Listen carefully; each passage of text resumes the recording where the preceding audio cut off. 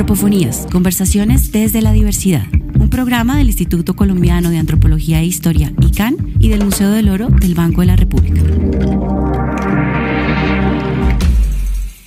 Hola gente, bueno, estamos otra vez en Antropofonías, el espacio radial del Instituto Colombiano de Antropología e Historia y del Museo del Oro del Banco de la República. Hoy hablaremos de la chicha, esa bebida tradicional de América que fue perseguida hasta no hace mucho tiempo, porque se consideraba una sustancia nociva para la inteligencia y además incluso se pensaba que era causante de la criminalidad.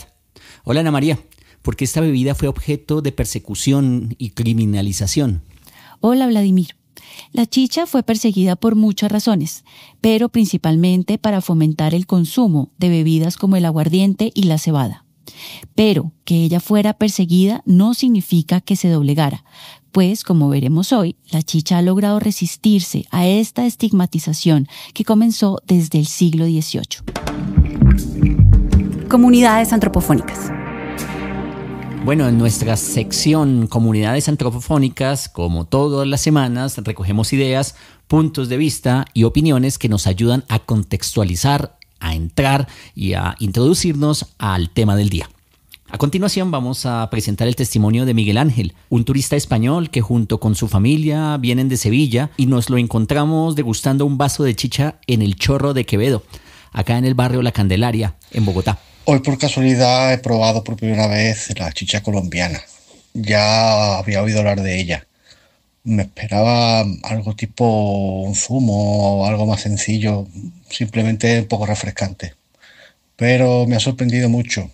Me ha llamado la atención ese sabor tan particular, dulce al principio, pero con un toque fuerte, intenso, que me imagino que viene de maíz fermentado. Me han explicado que es una bebida tradicional, elaborada a base de maíz, agua y azúcar, y que según el tiempo de fermentación de este maíz, pues puede cambiar su sabor y ser más fuerte, o más dulce, o más amargo, creo. No, nunca había probado nada parecido. En España creo que no existe ninguna bebida así de este tipo. Al menos no la conozco yo. También contamos con la intervención de Elizabeth González, quien recibió el legado de la chicha por parte de su madre, y nos cuenta brevemente algunos detalles de la receta, la fermentación y el consumo tradicional que su familia ha construido alrededor de esta bebida. Se cocina el maíz, la harina de maíz, bien cocinada, luego se herve muchísima agua, se le coloca, cuando está fría se le coloca en la panela, se tapa y se deja por 8 días tapada sin tocarla. A los 8 días se le mueve la sopa como queda y se le agrega el agua hervida. Si en esos 8 días no ha fermentado, entonces hay que ponerle un poquito de cunchos de guarapo. Entonces ahí se revuelve y se va dejando fermentar aproximadamente de 20 días a un mes para que la chicha quede bien fermentada y bien agradable. Yo la preparo para las Navidades, Año Nuevo, San Juan, San Pedro. Para esas ocasiones es muy buena bebida para celebrar esas festividades. No siendo más, así es para que aprendan a hacer la chicha y la gocen de un sabor delicioso. Para conversar sobre la chicha y en particular sobre el proceso de persecución que sufrió esta bebida durante buena parte del siglo XX, tenemos una invitada que nos llevará por esos lugares fantásticos que eran las chicherías bogotanas de antaño. ¿Con quién conversaremos? Hoy conversaremos con Marta Sade. Ella es docente de la Universidad Externado de Colombia, antropóloga investigadora sobre el campesinado y las culturas populares, quien en 2002, junto con Oscar Iván Calvo, publicaron el libro La ciudad en cuarentena, chicha, patología social y profilaxis, donde podemos conocer no solo la persecución que sufrió la chicha, sino todo ese mundo social de la Bogotá de la primera mitad del siglo XX.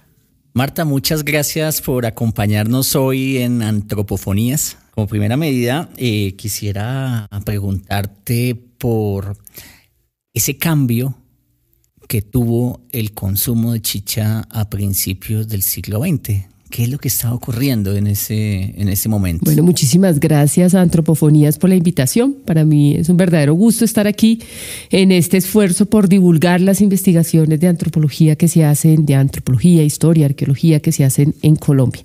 Entonces, mil gracias por eso. Pues vean, la primera mitad del siglo XX es un nicho muy importante para el consumo, la producción, venta y consumo de chicha en la ciudad de Bogotá. Hace parte de las prácticas, lo que llamábamos en su momento las prácticas populares, las formas populares de habitar la ciudad en los barrios, sobre todo los más antiguos de Bogotá, donde tenemos unos circuitos realmente de socialización alrededor de las chicherías. Entonces vamos a encontrar unos espacios de socialización popular que articulan plazas de mercado con chicherías, con lugares de trabajo para la realización de distintos oficios en la ciudad. Lo que va a ir pasando a lo largo del siglo XX es que los esfuerzos modernizadores de ciertas élites del país que están situadas muy especialmente aquí en Bogotá, van a ver en las chicherías un lugar como de la antítesis de la modernización deseada, ¿no? Entonces van a ser muy fuertemente atacado la bebida en sí misma, la producción en pequeñas manufacturas de chicha, como estas que tenemos por acá cerca en la Candelaria, como en chicherías más pequeñas que hacen apenas pues para la venta ahí mismo. Se va a perseguir fuertemente porque se considera un vector de degeneración de la raza en Colombia. Esas no son palabras mías, son palabras de la época, de un racialismo emergente muy fuerte que va a encontrar en la chicha el chivo expiatorio para una cantidad pues de sus temores sobre la sociedad colombiana y la vida urbana. Marta, ¿en medio de esta persecución había intereses económicos y culturales o eran meras políticas de salubridad? Durante el proceso de modernización, que es donde yo sitúo un poco mi investigación, esa investigación que hicimos con Oscar Iván Calvo, van a intentar sustituir fuertemente la chicha en diversos momentos, tratando de domesticar el proceso de fermentación. Y eso es muy interesante. Cómo, si se podía frenar o no ese proceso de fermentación para poder industrializarla. Se intenta hacer la maizola, que es un esfuerzo por fermentar de manera controlada el maíz, pero que no es exactamente chicha.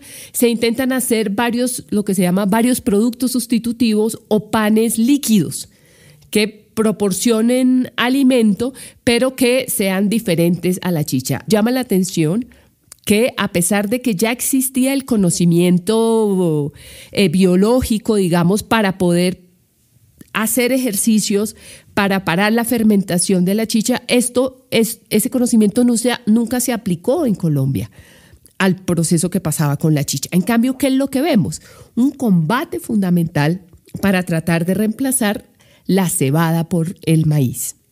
Entonces, ¿cuál es el producto base para la fermentación? Que no sea el maíz indígena, ¿no? Con toda esta carga racializante muy fuerte, sino sea la cebada que es europea, que hace menos daño al cuerpo, tal, pero también que es mucho más fácil de impuestar, digamos, eso está pasando. ¿Cuántos tipos de chicha hay?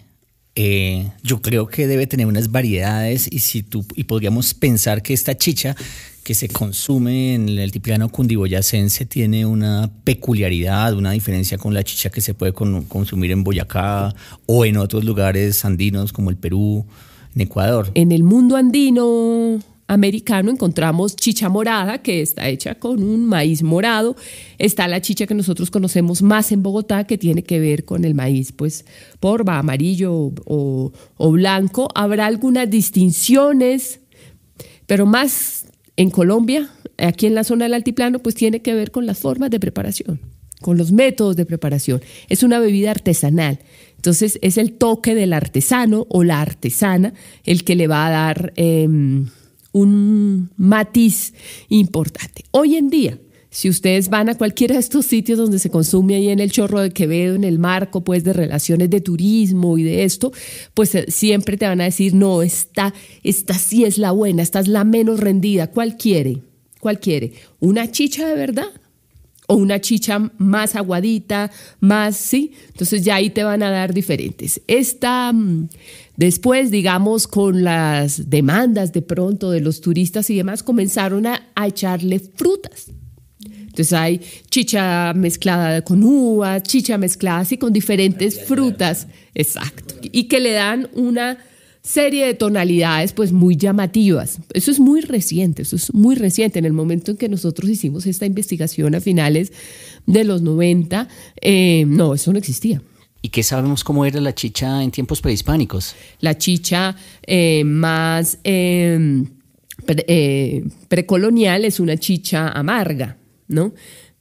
Es amarga. No hay un gusto por el dulzor en estos contextos. El dulce va llegando, sobre todo con la colonia y demás, con la conquista de la colonia, y entonces ahí va a cambiar sustancialmente. De hecho, Liborio Cerda, que es el que hace el primer estudio, también arqueólogo, o bueno, un introductor de la arqueología en Colombia y de la historia, él hace el segundo estudio científico sobre la chicha, y va a decir algo que realmente es muy interesante. Él va a decir que esa sustancia terrible, que es la tomaína, que es una enzima que se produce en los cuerpos en descomposición, que supuestamente se encontraba dentro de la bebida de la chicha, no se encuentra en la chicha prehispánica, en la cual la chicha se fermenta en ollas de barro, en múcuras grandototas de barro, sino que se encuentra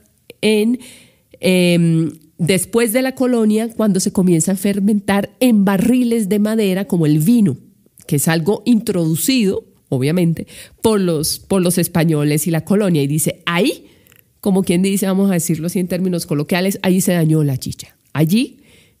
Desde ahí, va a decir Liborio Cerda, tomar chicha era como comer muerto, digamos, en medio de los afanes del momento salubristas, que van a terminar diciendo que la chicha hasta generaba delirium tremens y afanes, bueno, de todo tipo. En medio de esta estigmatización, ¿cómo era posible el consumo? ¿Cómo llegaba la chicha a la gente? El consumo de chicha se hacía en estas chicherías. Yo quisiera contarles esto.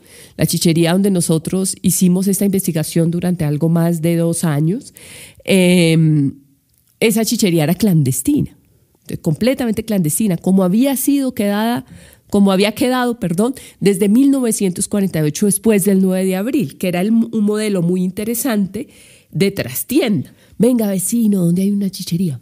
Nadie decía. Venga, ¿y dónde hay una chichería? ¿Y dónde hay una chichería? Hasta que por fin alguien nos dijo, dejen de preguntar esto.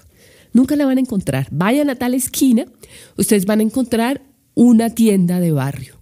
Y al fondo de la tienda de barrio van a encontrar una pequeña puertecilla. No pregunten, traspásenla. ¡Wow! Cuando lo hicimos y la traspasamos, había un corredor largo que conectaba con un espacio de consumo más o menos abierto, con mesas, bancas, todo era espacios colectivos de consumo. Ahí fue cuando fuimos poco a poco entendiendo, ya no eran mesitas para los 4 amigos, sino bancas y mesas largas, porque los puestos no estaban comprados, llamémoslo así, sino que los puestos se ganaban y se perdían a lo largo del tiempo de consumo, una sociabilidad abierta, popular, como era en ese momento la venta de la chicha en unas totumas de peltre. Estamos hablando de finales de los 90. Totumas de peltre, donde se compraba, pero el recipiente en sí mismo, ¿a qué te invitaba? A rotarla. Y la rotabas con tus compadres, tu comadre, tu familia, pero también la podías rotar con otras personas. Entonces, una sociabilidad abierta en un espacio totalmente clandestino.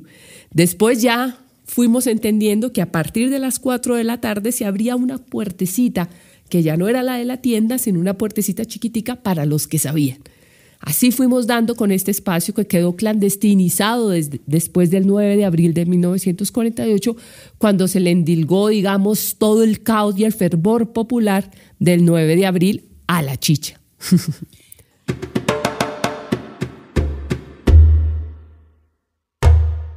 Marta, con todo esto que nos estás contando, entendemos entonces que la chicha no era solo un alcohol, sino que hay muchas facetas culturales detrás de esta bebida. ¿Es así? La chicha es una bebida para los diversos espacios de la sociabilidad popular, o lo era, porque yo creo que eso sí ha cambiado radicalmente, ¿cierto? Lo era. Entonces, ¿cuándo se consumía chicha? Se consumía chicha para acompañar los alimentos, como un jugo. Se consumía chicha para festejar, para festejos. Se consumía chicha en ciertos contextos rituales para dar gracias, se consumía chicha en contextos de intercambio. Los niños consumían chicha, ¿no? Pequeñas cantidades. No es muy cierto eso que los alcoholizaban, eso pues ya es una exageración, pero sí, claro. Tú mencionaste la tributación, es decir, estas otras bebidas como la cerveza podían generar un ingreso al Estado a partir de la tributación y la chicha no.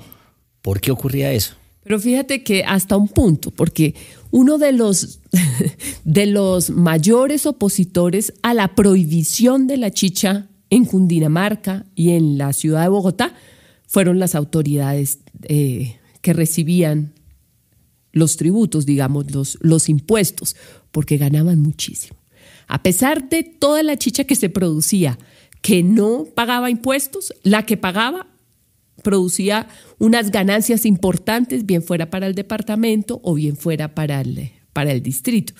Pero se sentía de todas maneras, algunos modernistas van a decir, es más fácil grabar una industria que esas pequeñas manufacturas que van a existir en diversas partes de la ciudad.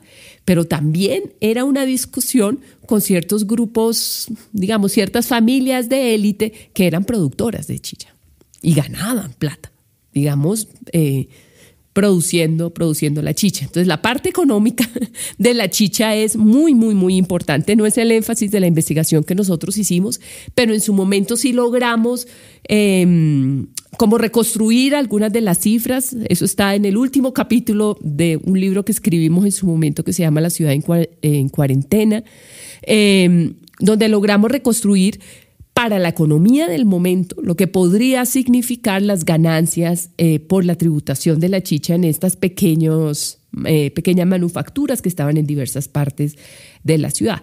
La manera de combatirla justamente fue sacarlas a partir de la década del 20 del centro de socialización, fue desarticularla de los circuitos de sociabilidad popular. ¿Cómo así? Desarticulándolas de la plaza de mercado, desarticulando a las chicherías de los principales circuitos de trabajo populares, donde la gente se ganaba. O sea, ¿qué pasaba con las chicherías? La gente entra y sale de las chicherías en esa época a lo largo de la jornada laboral.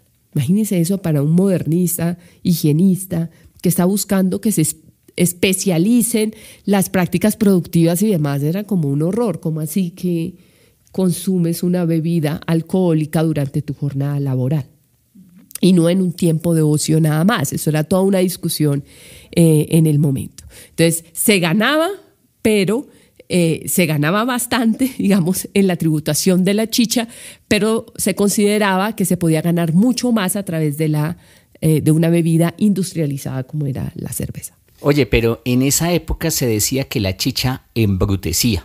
Cuéntanos un poco de ese discurso que se empezó a construir a mediados del siglo XX, que estuvo muy, muy relacionado con los discursos salubristas que esconden también un marcado sesgo racista, ¿no? Tremendamente anclado al discurso salubrista y de educación del momento, tal como tú dices. ¿Por qué? Eran momentos además de una pasión biologicista, digamos. Se consideraba, aquí hemos encontrado una explicación fundamental de por qué nosotros no somos un país rico, moderno, no sé qué. La culpa es que entonces se retomaron una serie de teorías producidas sobre todo por un francés que se llamaba Bénédicte Morel, que decía: no solo podemos evolucionar hacia adelante, sino que la raza se puede degenerar y echar para atrás. Eso fue como, imagínense eso en América Latina. Entonces, En ese momento decían, no, nosotros nos podemos degenerar más. Y los diferentes contextos nacionales se ponen a buscar cuáles son las causas posibles de degeneración de la raza. Eso pasa por un lado. Al mismo tiempo que desde el siglo XVIII, tú lo decías muy bien, Vladimir, desde el siglo XVIII se dice, digamos con las reformas borbónicas, se intenta modernizar muchas prácticas en los contextos urbanos sobre todo. Entonces todo eso se va decantando en el tiempo y se va uniendo con estas teorías biologicistas, racistas, claramente racializadas, que dicen nosotros no podemos ser ricos, no podemos ser un país moderno porque estamos degenerados. Nuestra raza se degenera y nuestra raza se degenera por lo que come, por lo que bebe. O sea, toda la reflexión alimenticia, llamémosla así, se vuelve fundamental y se mezcla de una manera muy heterodoxa con las teorías innatistas o de la herencia biológica que está llegando también en ese momento. Entonces, por eso se dice, la chicha embrutece, no permite que la alta cultura, bueno, etcétera, etcétera. La chicha engendra el crimen, porque, bueno, las riñas que podía generar se las adjudican es al tipo de bebida, no a lo alcohólico, sino al tipo de bebida. Las otras no, con esas no hay problema, pero con la chicha sí. La chicha embrutece, la chicha engendra el crimen, no tome bebidas fermentadas. Entran en Colombia muy en sintonía con ideas morales, muy conservadoras, digamos, en su lógica, y entran y como que se engarzan. Entonces es una manera de controlar la sexualidad, de controlar quién está con quién, digamos, es una manera de controlar la estética, es una manera de controlar los gustos de la población.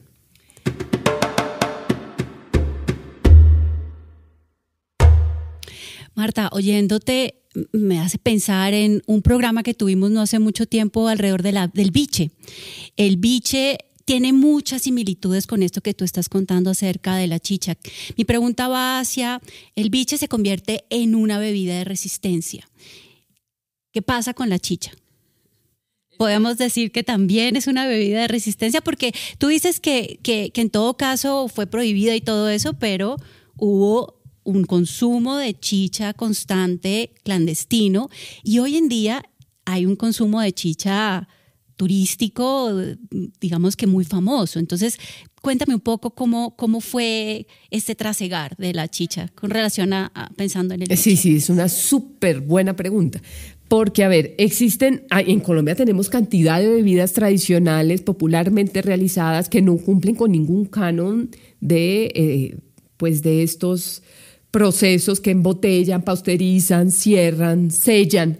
Al contrario, encontramos estas bebidas que normalmente son en recipientes abiertos, no se sellan, no se conserva. Que se comparten. Se comparte y dura hasta un momento y ya después ya se acabó. Hay unas abundancias aquí. Y también vale la pena pensar en que es distinto en los contextos rurales al contexto urbano. Yo pienso que ahí sí nos tenemos. Porque en los contextos rurales del país, profundamente indígenas, imagínense Putumayo. En el Putumayo la chicha se hace en las casas, la hace el cabildo, y se consume con diferentes fines en diferentes momentos. Y eso nunca ha parado, ¿cierto? En Colombia la campaña más fuerte fue a nivel urbano, porque tenía que ver con los esfuerzos de generar una ciudad estéticamente predefinida en la imaginación, porque no era que fuera así, ¿cierto? Esto también lo sabemos, ¿cierto? Pero que se va y se enquista muy fuertemente sobre eso. ¿Pero qué hace la gente? A la trastienda.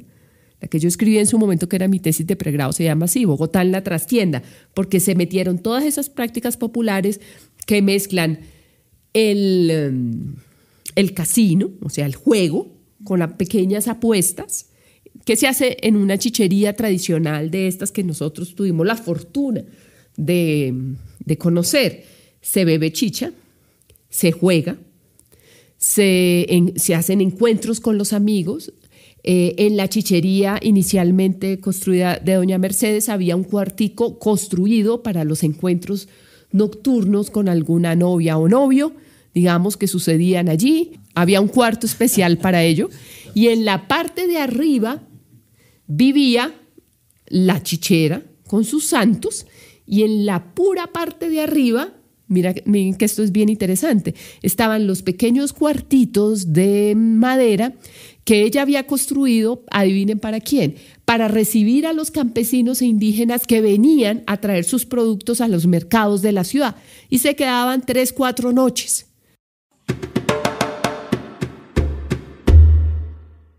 Entonces era un lugar de inserción de estos circuitos, digamos, campesinos que encontraban en las chicherías un lugar interesante, digamos, más cercano a sus sensibilidades y no sé qué, para poderse quedar a bajo costo. Pero ¿eso qué significaba? Que ellos estaban también abajo consumiendo la chicha. ¿Qué era una chichería entonces? ¿Qué es la chicha? Es la bebida que en esos términos concentra la sociabilidad popular. Entonces también se vendía comida, eso no se los he dicho, pero además también era tienda afuera. O sea, es la multifuncionalidad toda junta. La modernización que intenta hacer, ahí sí como dice el dicho popular, cada cosa en su lugar y en su lugar cada cosa.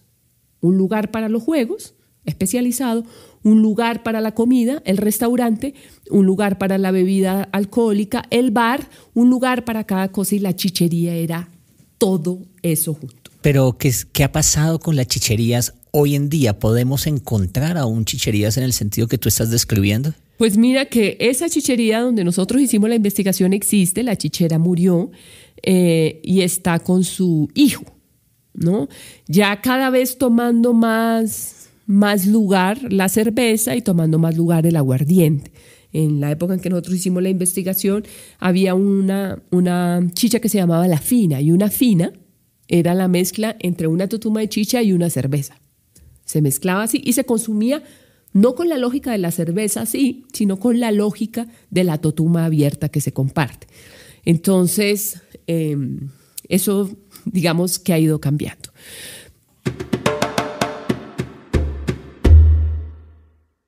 No sé si han escuchado que había aceleradores de los procesos de fermentación, porque imagínense el reto.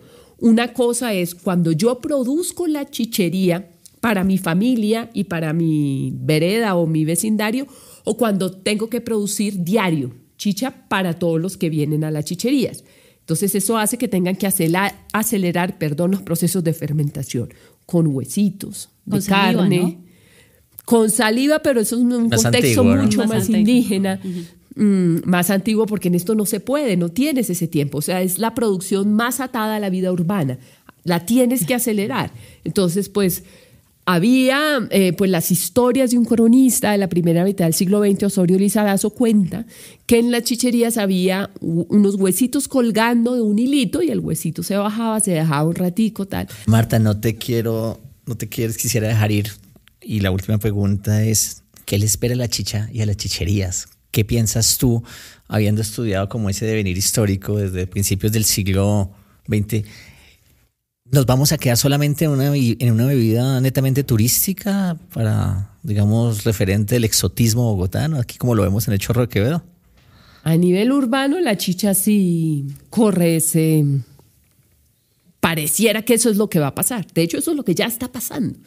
Ahora, hace mucho que no investigo sobre eso y no me atrevo a decir en todos los circuitos populares qué está pasando. Puede pasar así, a manera de conjetura, que se quede en algunos circuitos populares de socialización urbana donde saben preparar la chicha, donde la saben preparar. Y en ese sentido, como una bebida muy ritual, muy festiva para ciertos momentos. Elaborar la chicha para los 15 años de este familiar, elaborar la chicha. Pero ¿qué va pasando? La chicha va perdiendo su peso en la cotidianidad de la vida urbana como lo tenía antes.